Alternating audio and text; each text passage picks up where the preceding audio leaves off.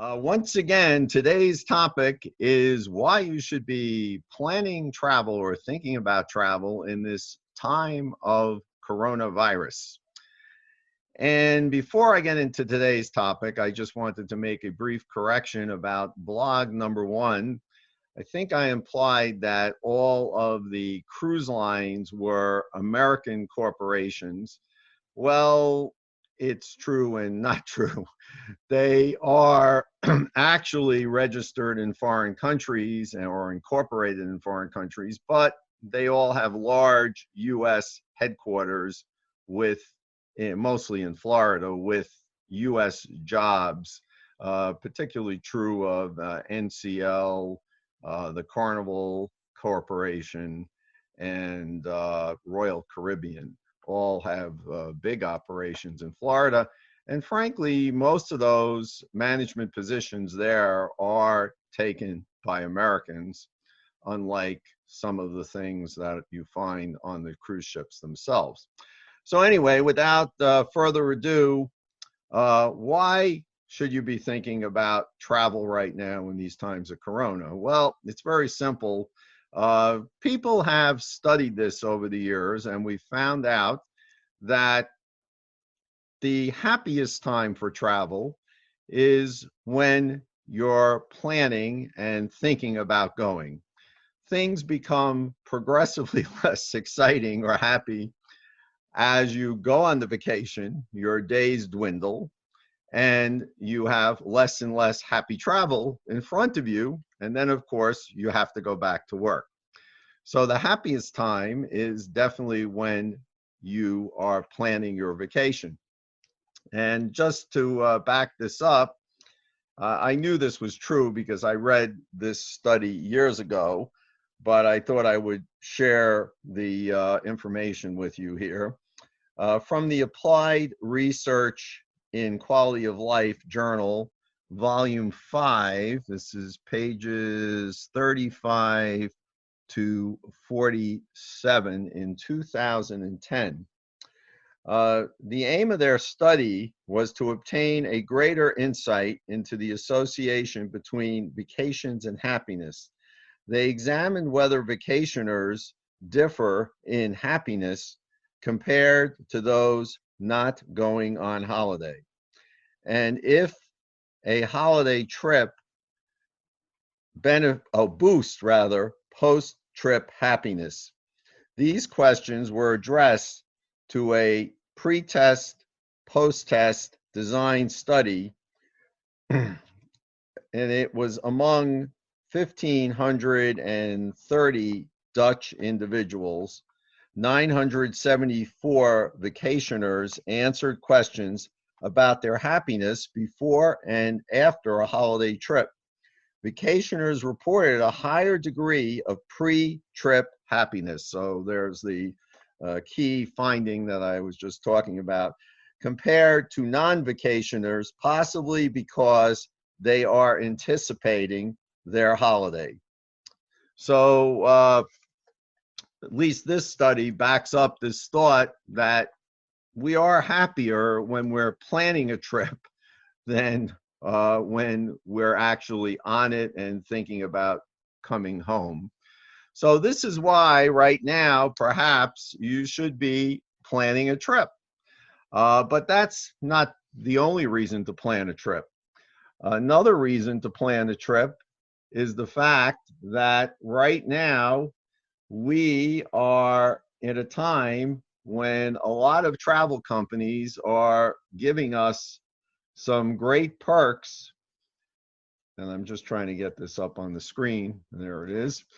For planning the trip and also backing us up in case, you know, this Corona thing goes on a little longer than we all anticipate. I do think that, you know, my personal opinion is that probably by July, we should be seeing some theme parks opening up. You know, Disney, I think, may just open Magic Kingdom at first or something of that nature. Of course, it's all speculation, but let's all be positive and hope that some of these happy places are going to be opening again. But the more important thought right now is that planning the trip makes you happy.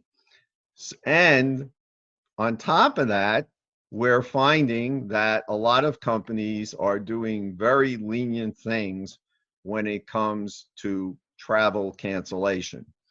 I had several fairly large trips planned, and I have uh, temporarily lost some money on one tour operator in Spain who said they'll give me the small cancellation credit. It was a very small amount if I rebook with them down the road, which, sounded fair. And I also am still up in the air, so to speak, with an airline called Vueling Airlines in Spain.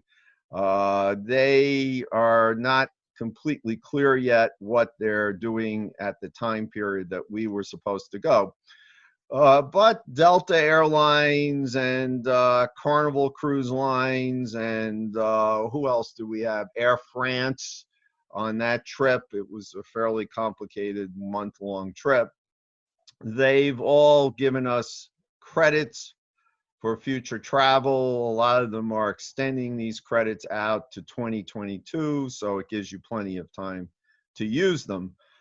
But in some cases, you're getting more back than you might expect. For example, I'm going to put my glasses on here again so I can read this. Contact lenses in today. Don't see as well nearby with the contacts. Carnival Cruise Lines current policy is for cruises 6+ days, they are giving a 100% future cruise credit. Now, this future cruise credit actually is based on how much money you had already paid in, from what my understanding and from what my experience has been with them. So it will vary, but you end up making money on that. Plus, they're also giving you a $600 on-board credit. That's for cruises 6 days or more. The payoff is slightly less if you if you're going less than 6 days. And also, there is a second option where you can get a 100% refund right away if you don't want to take, all the goodies that they're giving us. So you really don't have much risk in planning travel, and you're also helping some of these companies out by getting them to see what kinds of future bookings they may have. Now, every company has a different policy, and the policies are quite varied. So I did find this one website, and I'm trying to get it up here again for you. Okay, there we go.